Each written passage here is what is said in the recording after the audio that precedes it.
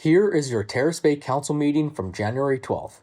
The CAO reported strong interest in the National Gas Project following the First Nations Investment Forum.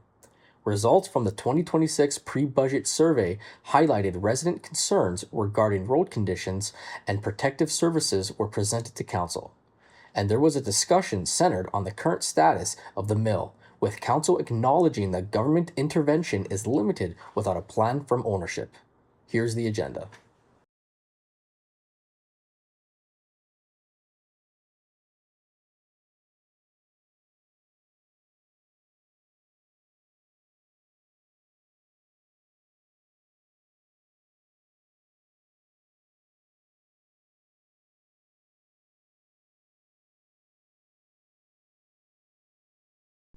Reached the hour of 6:30 on Monday, January 12th, 2026. I call this regular council meeting of the Township of Terrace Bay to order.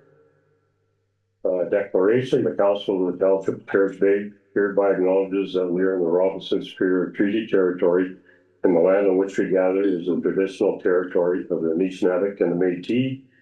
Are there any additions, deletions, or amendments?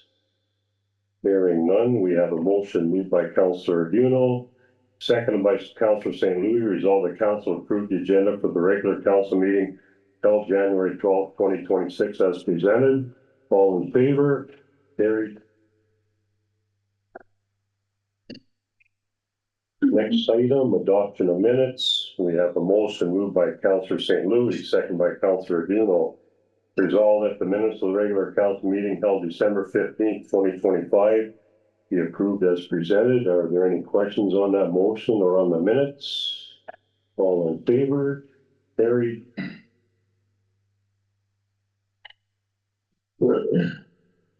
Next item, we have the motion moved by Councillor Buno, seconded by Councillor St. Louis. Resolve that the minutes from the special council meeting held December 30th, 2025 be approved as presented. Any questions on that motion? All in favor? Carried.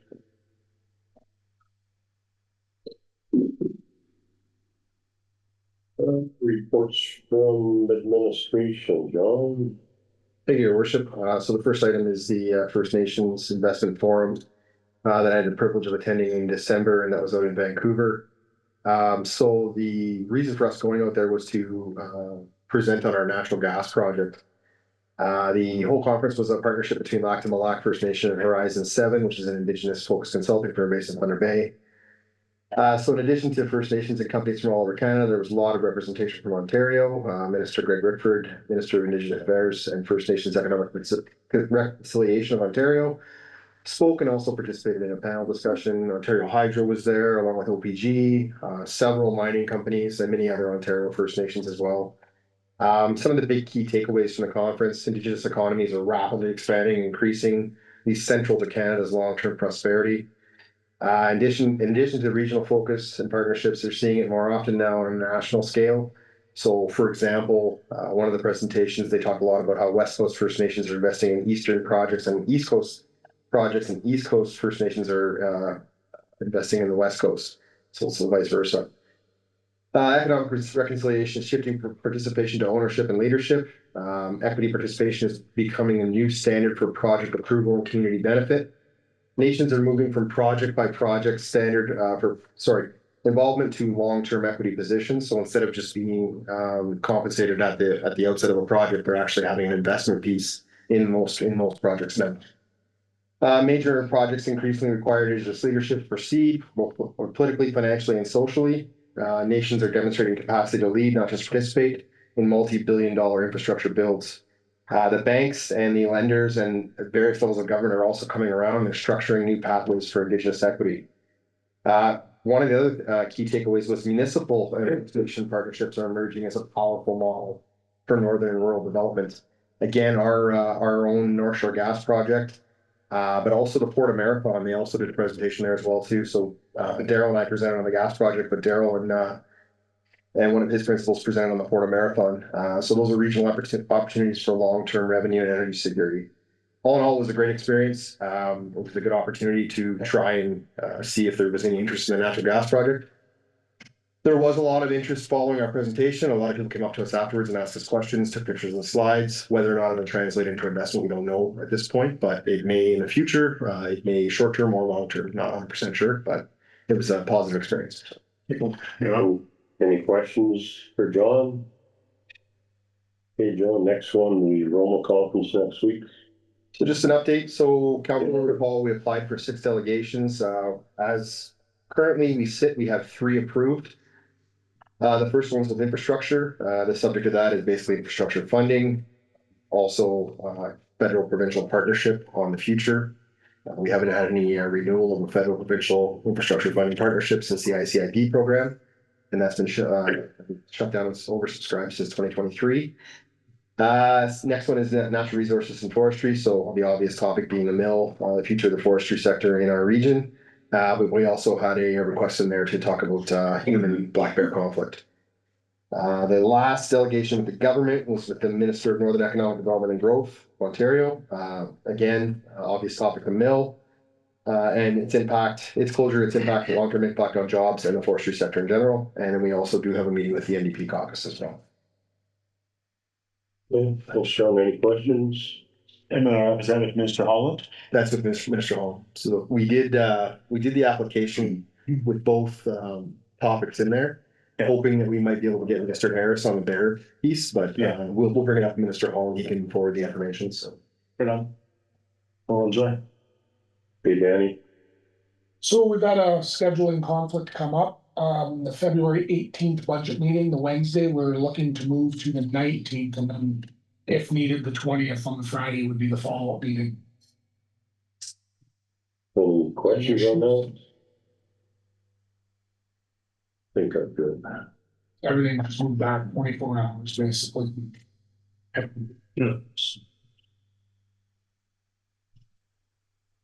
All good? Yeah. Benny? Okay, we have a motion moved by Councillor Dubé, second by Councillor Webb. Resolve the council agree to push back both budget meetings by 1 day. All in favor? Carried. Next one, John, hiring of 1 volunteer firefighter dispatcher. thank you, Your Worship. So as I mentioned today, I'll be delivering these reports on behalf of Chief Owen. So Terrace Bay Fire Department has strived to maintain a complement of 28 volunteer firefighters, a deputy chief, and a fire chief to facilitate the department's ongoing responsibilities. Maintaining that number of volunteers is crucial to facilitate adequate personnel availability at any given time, 24 hours a day and 7 days a week. The current complement, which is 28, as I mentioned earlier, is down approximately 4 volunteers. From an open public invitation to submit applications, the Terrace Bay Fire Department has interviewed a promising candidate and past Terrace Bay firefighter and is recommending the following applicant for the position of firefighter/dispatcher, Catherine Burns. So financial implications, nothing, same provision as in the existing budget. So the options are to approve the acceptance of Catherine Burns' position of firefighter dispatcher of the Terrace Bay Fire Department, do not approve Catherine Burns' position of firefighter dispatch of the Terrace Bay Fire Department, and direct administration otherwise. Administration is commenting on one that we accept Catherine Burns to the position of firefighter dispatcher. Any questions? Okay, we have a motion moved by Councillor Webb, seconded by Councillor Dubé. Resolve the council approve the acceptance of Catherine Burns to the position of firefighter/dispatcher. All in favor? Carried. Next one is the Rescue 3 report, John. Thank you, Your Worship. Occasionally, the township has surplus goods and it becomes necessary to dispose of these items as per bylaw 18-2021, which establishes procedures for the disposal. Rescue 3 is a 2003 F550 with approximately 48,000 kilometers on the engine. The truck is 23 years old this year. In late 2025, upon return of emergency call, Rescue 3 experienced engine troubles. It was towed to the dealer in Thunder Bay for diagnosis. After diagnosis, it was determined that there was a substantial amount of damage to the engine and it would have to be completely replaced at a cost of nearly $48,000. The rear box of the unit is also starting to show its age, with lighting starting to fail and some corrosion on the storage box itself. So financial implications. After some discussion and online research, it was determined that Rescue 3 still holds some value. Administration is recommending a truck be declared surplus and put up for sale through tender or possibly auction with a minimum price of $6,000. Any proceeds from the sale of Rescue 3 will be transferred to the Fire Department Equipment Reserve. The options are the council declared the 2003 Ford F550 as surplus equipment and put it for sale through public tender or auction with a minimum price of $6,000. Option 2 is that council not declare the 2003 F-550 as surplus equipment and explore repair options as previously discussed at an approximate cost of $48,000. Option 3 is that council not declare the 2003 F-550 or otherwise known as Rescue 3 as surplus equipment and direct administration otherwise. Administration is recommending option 1 that it be declared surplus and put up for auction, minimum price of $6,000. Any questions? Yeah, like I was saying earlier, I would like to hold off on listing it for sale, and I'd like to get someone to come in and look at that box and see if we can fix the back end. I know I'm not worried about the cabinet chassis. I'm saying that's a write-off, but I wouldn't mind getting Major Machine or someone to give us a quote. How much to cut the seal out that's rotten, replace it? Look at maybe if you got to do some wiring on it and see if we can save the back end.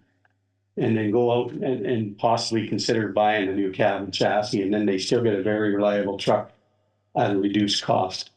I'd like to look, like I don't want to go out and put 25,000 in this thing, but I'd like to get someone to come in and give it a look over and tell me what we could fix the rust and everything. And maybe we can, you know, repurpose that back end. And then look at just buying a cab and a chassis. That's just my opinion on this. I'm not saying it's gonna happen, but I'd sure like to get some numbers. Comments? No comments? I feel like at the age of it, you're just kicking the can down the road. And with the prices, tariffs and metal and everything these days, if we push it 5 or 6 more years, how much more is it gonna be? This might be the opportunity to make a little bit of money and get a brand new machine that'll service the community another 25 years. Bill, any comments? Barry? Yeah. That kind of steps where we're at, but I lean towards going with the recommended option as well, just same reasons already, however old it is, but. Yeah. So, you know, I think we had someone local to do that for us, I think it'd be different, but we don't, so. You could get Major Machine to come down on a marathon and have it Right. You know, the things in our yard. I don't want to fix the truck. Yeah. I want to look at, can we take the back unit off, repair it, and put a brand new truck on. Instead of paying $350, if we could get it for $200, that's a deal. $150. That's all I'm saying is let's look at it. And if the guy comes underneath, crawls underneath and says, not a chance, it ain't worth it, then we list it for sale.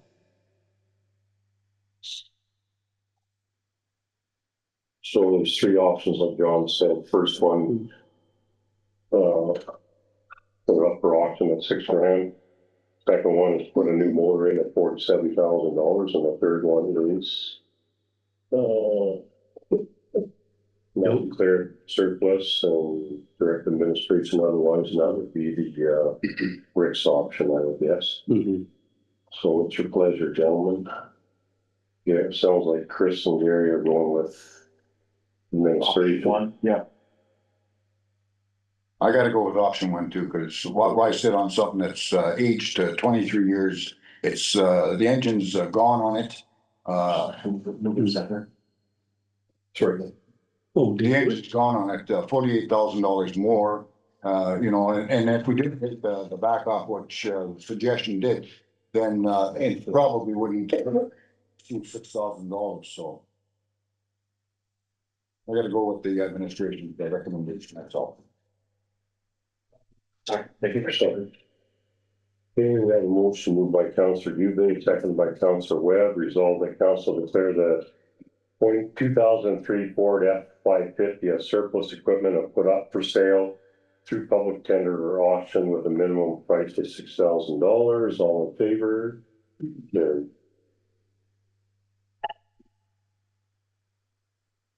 Okay, next, budget survey presentation, Stacy. Thank you, Your Worship. Thank you, Council. Thank you, everybody, for joining us. So I've got our pre-budget survey for 2026 up. So for comparison, between 2025 and 2026, it's still a short and simple survey, including the opportunity to leave questions and comments. There were no changes to the questions or comments section, but we did add questions regarding the new event and emergency communication system. The survey period was between November 28th and January 7th of 2026. Our total responses were 56 responses, so 3.4% of the population. The participation is significantly down compared to last year. Our responses collection breaks out through email, we got 22, through social media, we got 30, we got 1 paper, and 3 through our website. So our first question is, which of the following statements best describe how you view our tax rates? So as you can see that they believe that our existing tax rates are fair at 63.64% and 30.91% for saying that our taxes are too high. In the next slide, you can see us compare year over year. So resident perception of tax fairness remains generally stable from 2021 to 2026, while the share indicating taxes are too high trends downward after 2023. Question 2 is, which of the following statements best describe how you view our water rates? So our water rates are seen to be as fair with 60%, whereas water rates are too high at 34.56%. Comparing year over year, so from 2021 to 2026, perceptions of water rate fairness fluctuate, with 2026 showing a majority indicating rates are fair and a smaller share indicating rates are too high. Third question, as a taxpayer, do you feel you're provided with adequate opportunity to provide feedback and input to council with regards to the budget? So the majority at 73.73% say yes, whereas 27.27% say no. Comparing year over year, we do fluctuate, but most respondents report that the opportunities to provide budget feedback are adequate, with some year-to-year variation. Then one thing to note for our feedback opportunities. So the opportunities available to residents year round, they can contact council. All the information is up on our webpage. They can contact administration, which is also available on our webpage. Visit the municipal office during regular business hours and attend regular council meetings. Yearly, we do come out with our pre-budget survey, such as this one, as well as a budget schedule is provided for our upcoming budget meetings. We did hold a couple events. So we had Coffee with Council October 23rd. There was actually a town hall, which isn't mentioned, July 10th in 2025. And then we do have a town hall scheduled for February 4th, 2026. So for question 4, which describes our satisfaction with current level of recreational programming in Terrace Bay.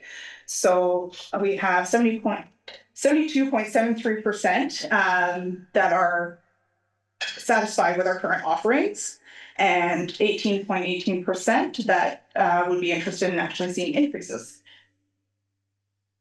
So year over year comparison from 2021 to 2026, reported satisfaction with recreational programming increases overall, while the share indicating that the need for additional or improvements declines in the later years.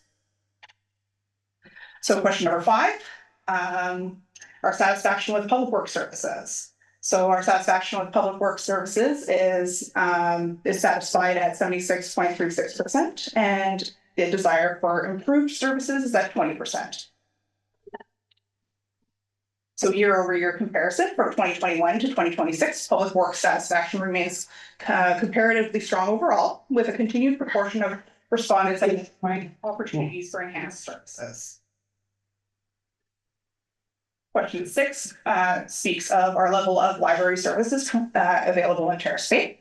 So majority of our respondents are satisfied at 72.73%, and some do say that the offer is too high at 21.82%, and 5.4% would like to see more. So comparison in year over year from 2021 to 2026, library services maintain high satisfaction overall, with 2026 showing a notable share of respondents indicating services may be too high and a smaller share supporting an increase. Next one speaks of our level of protective services offered by fire, OPP, EMS, and bylaw. So we kind of stretch out here. So satisfaction levels are at 47.27%, and to see an increase is also at 47.7%. So in comparison in year over year, see the trend from 2021 to 2026. responses show a shift towards increase in support for expanded protective services alongside lower satisfaction levels compared to earlier years. And so for one of our new questions, did you enjoy the 2025 Summer Sound series and would you like to see more in 2026? So we do have a majority of people saying yes, some split between the same amount and some would like to see more. Another one would be which of the following best describes your satisfaction with our regular events? Satisfied with the current number of services in Terrace Bay, 72.73%. And there's about 10.91% that would like to see more. So in year-over-year comparison from 2021 to 2026, satisfaction with special events remains generally high, while smaller proportions of residents identify preferences for improving existing events and adding new events. So the other one is about our Voyant Alert notification system. So this is the personalized updates for emergencies, public works, road closures, snow removal, street cleaning, water restrictions, and upcoming civic events. So the majority of our respondents have heard about it and they are already registered. There are a small proportion that didn't hear about it, but they are interested in registering. And then question 12, again, in regards to communications, just asking if people are actually connected to our email list to receive community news, events, updates, surveys, and more. The majority have said that they are signed up, and those that haven't been signed up, there's 10% that are interested in connecting. And then finally, our comment sentiments. So we've got a little bit of a range, summarizing these themes from Q10, which is our open-ended survey responses. So some supportive comments, residents expressed appreciation for ongoing community investment and noted that Terrace Bay remains a welcoming and desirable place to live. Several comments highlighted the satisfaction with recent programming and events, particularly seasonal and recreational offerings. Newer residents share positive impressions of the community and interest in seeing current initiatives continue. For neutral, residents suggested continuing to pursue external funding and grants to support infrastructure and community projects.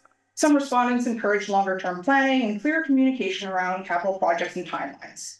There were suggestions to review service levels periodically to ensure that alignment with community needs and available resources. And then areas of concern, road and street conditions were the most frequently raised concerns, with multiple respondents calling for repairs, resurfacing, and pothole mitigation.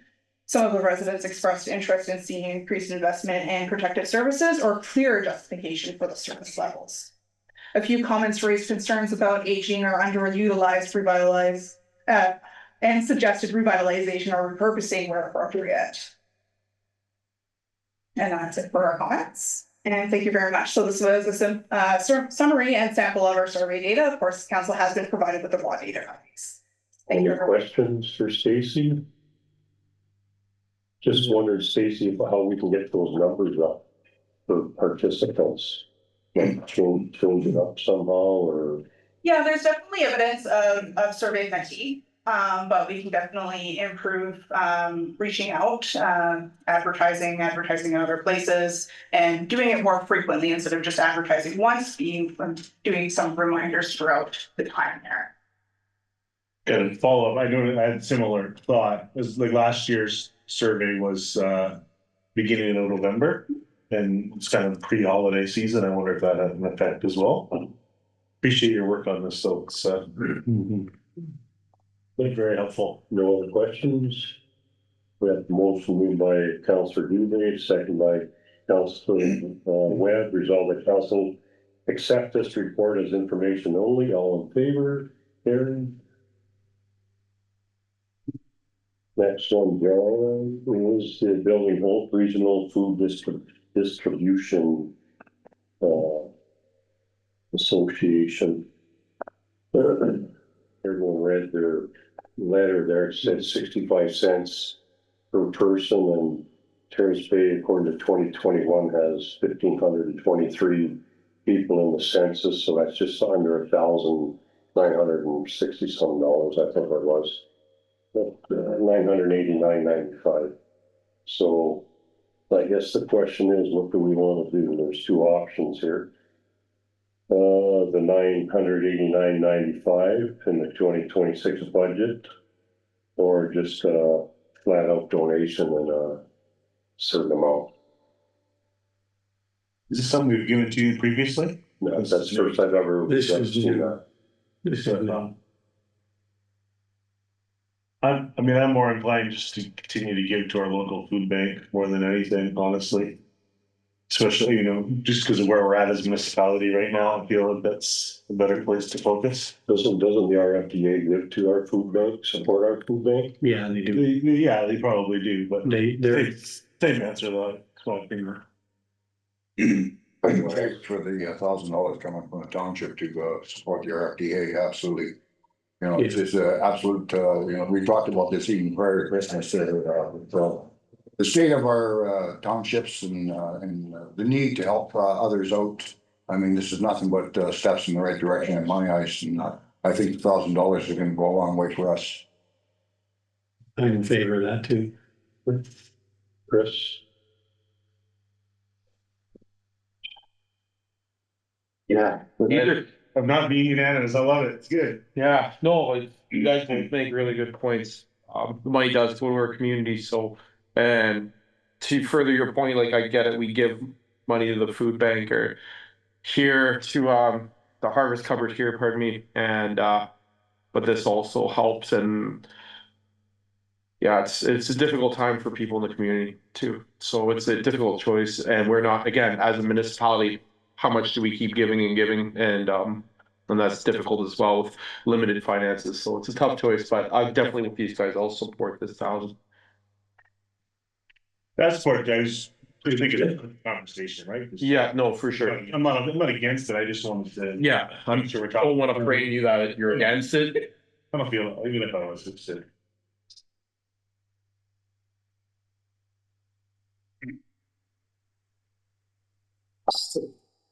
Okay, thanks, gentlemen. We have a motion moved by Councillor Webb, seconded by Councillor Aduno, resolved by Council agree to provide a donation to the RFDA in the amount of $989.95. That's 65 cents at 523 residents, and that the amount be included in the 2026 budget.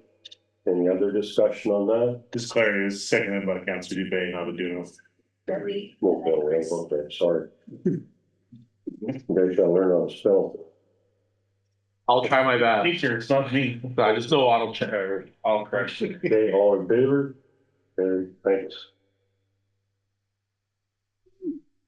Next item. Worst what both of us are the worst writing around. The mill update, John. We had a meeting with the union, Patty Hyde and Kevin Holland before Christmas sometime. This, you know, it's nothing's really happening right now. Like John said, we're meeting with Minister Holland, Lee's our NDP member in Toronto, and Minister Peary to talk about what's the next steps for the mill. It's been 2 years now, a little over 2 years now. Nothing happening. There's no heat on in the mill. Not sure what kind of adverse effect that is going to have on the integrity of the building, but we're going to Toronto and hopefully getting some answers from the ministers and not the same old, because I think the people in Terrace Bay and everyone sitting around the table can kind of listen to at least say the same old. So, No, I think you've hit all the nails on the head. Really, just the messaging from the government was they need a viable plan to move forward. And, you know, there's different opinions on what a viable plan is, and certainly we're not privileged to those to see what those proposals are, you know, directly. But we have to trust the people we are talking to are looking at them and possibly passing on them or not supporting. Beyond that, the mill obviously is not being heated for the winter. That's not a good thing. There's mixed opinions on how detrimental that will be, but time will tell. Certainly our communications with our MPP have been good. She's still pushing forward, trying to get us as much support as she can from the provincial government, but it's tough. at the federal level, really, there potentially is money available for, new companies coming in doing activities, but it needs to be tied to a program. And without any plans being forwarded to the federal government, it's tough for our, she's not our RMP, but tough for our person to, so she is our RMP, sorry, for her to forward that cost on our behalf. So it's kind of summed it up. Hopefully, there'll be some positive information coming out of our meetings with Mr. Hall in Toronto. If not, the township has done a strategic plan, of course, moving forward without the mill. But certainly the whatever Berla ends up doing with the property, or a potential buyer comes in and ends up doing the property, they'll fit into our plans going forward. So. Okay. Any other, Bill? Well, it was December the 16th where we had the meeting here, and it seemed to me, with all the people sitting around the table, with both ministers, it was a real political football, and who was going to grab it and run. And like John said, a few points right on the head there. We don't really know, but what the environmental impact is, with respect to Terrace Bay. That is our concern. That's our town's concern. That's our job. To look for the care and concern of our townfolk, but nobody was really stepping up to the plate and asking the right questions to the company. What we did get from was really it's Berla's company, and they're going to do with what they want. We as townfolk can put our best steps forward for the people and for the potential buyers, but we really are trying to influence for the sake of our own here, and that's health and safety. That was my spin. Chris? Yeah, just to really reiterate, because I've had a lot of constituents come up to me to talk about this, and to reiterate what Councillor Webb is saying is that AV owns the mill.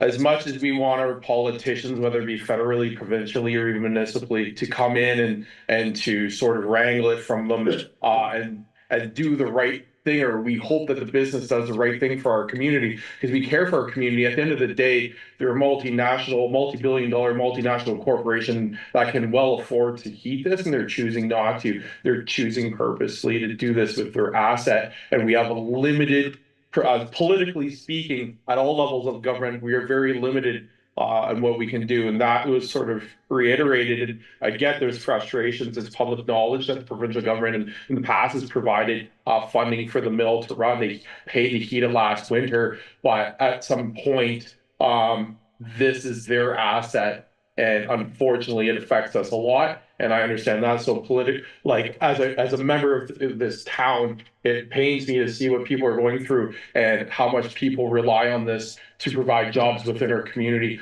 However, politically speaking, pointing to the government and saying, what are they doing for us? If you're following Lee's and whatnot on Facebook, you could see to the extent what she could do as an MPP, I feel that she's doing what she can. And again, around this table, prior to the Christmas break, speaking with Minister Holland and as well, or Deputy Minister Holland, as well as Patty Heidi, looking at what is in their scope of their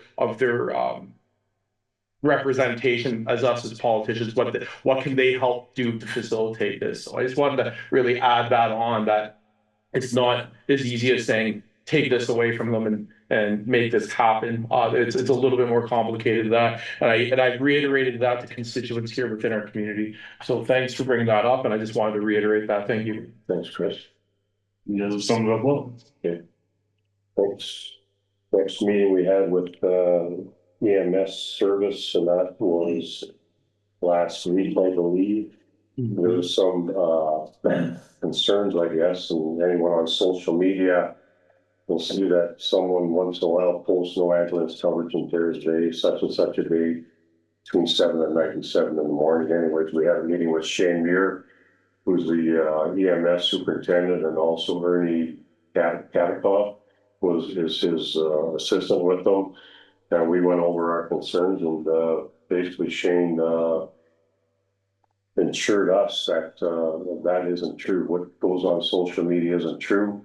One of the problems with that, when someone starts posting things on social media about the ambulance service, that becomes a public safety issue. because someone reads that and says, well, I know he's calling an ambulance, there's nothing here, whatever, right? So, I know John said we're drafting a letter up, John.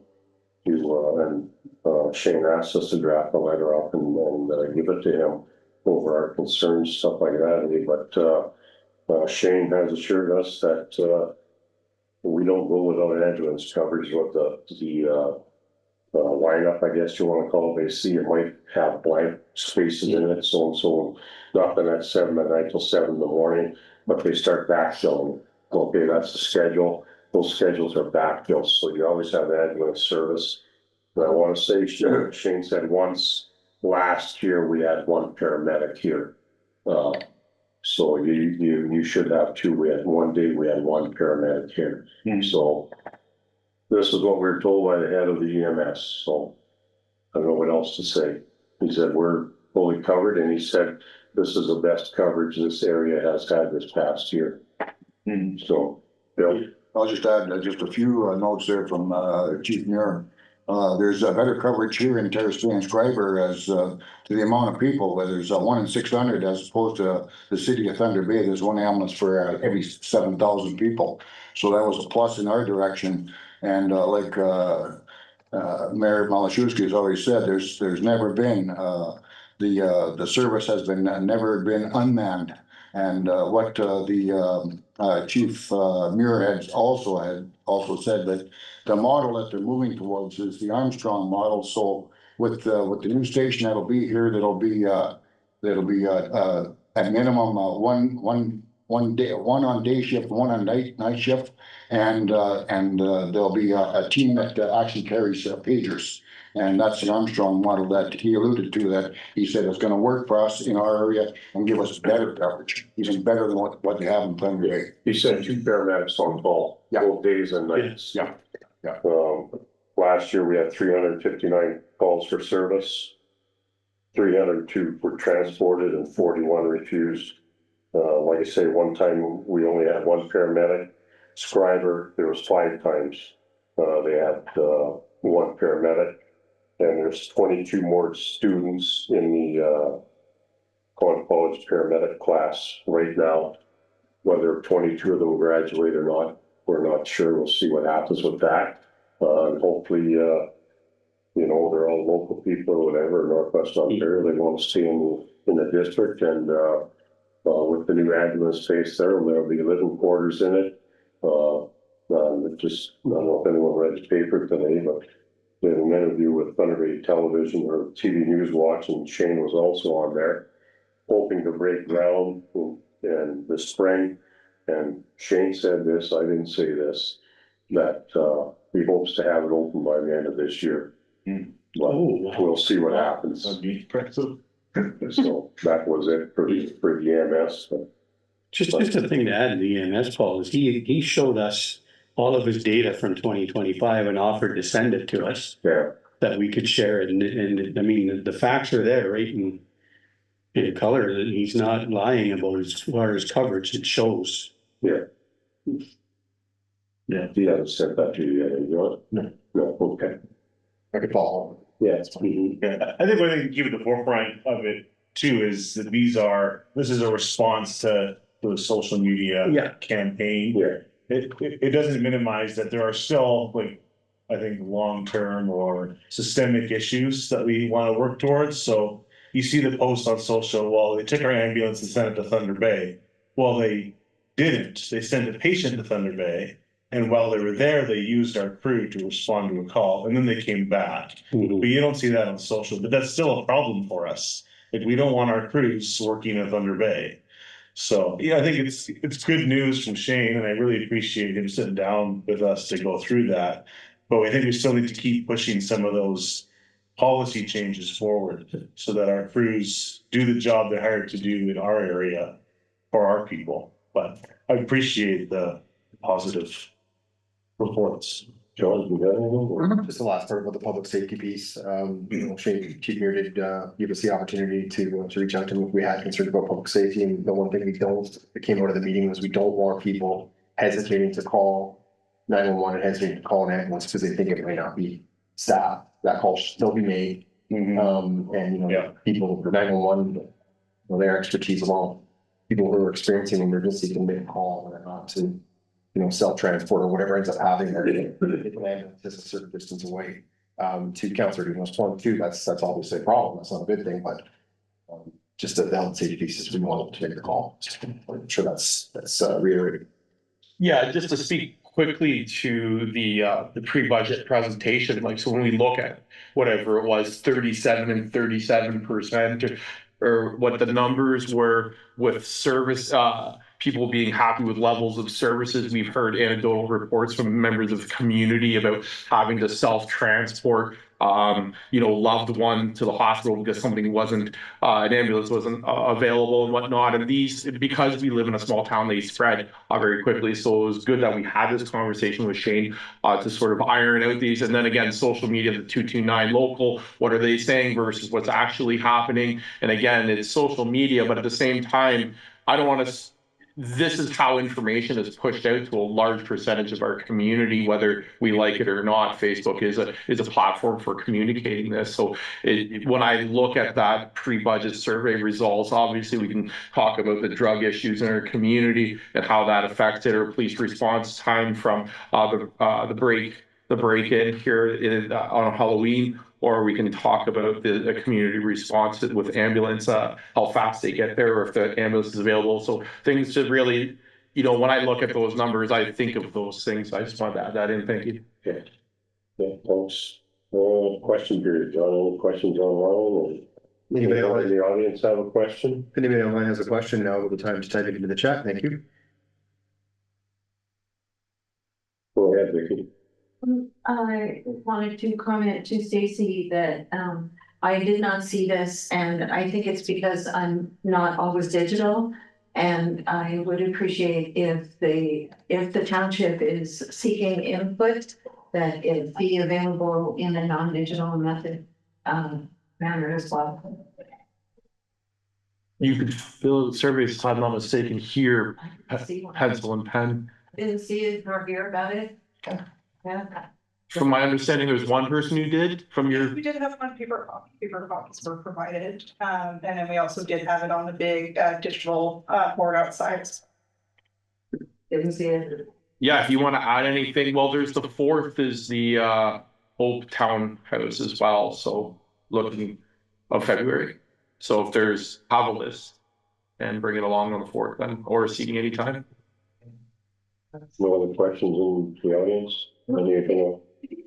I thought, now, I know that you were talking about 6.1, John, you were saying about land trusts, and I'm thinking that in Ontario, if a group of people wanted to form a trust and it's from Terrace Bay, they have to be eligible to be a non-for-profit in order to purchase into the. Victoria's got to be something on the agenda. Sorry, I was thinking about 6.1 described how he had heard that it was Indigenous groups from Ontario in BC, and that they were using money from the East Coast to buy land in the West Coast and West Coast. See John after, Victoria. I just read it now. Yeah. No questions online, John? I just last call for questions online if there are any. Okay.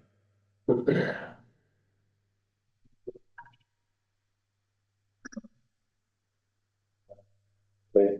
We have a motion moved by Councillor Webb, second by Councillor Doolin. Resolve the next regular meeting of council to be held on February 2nd, 2026. All in favor?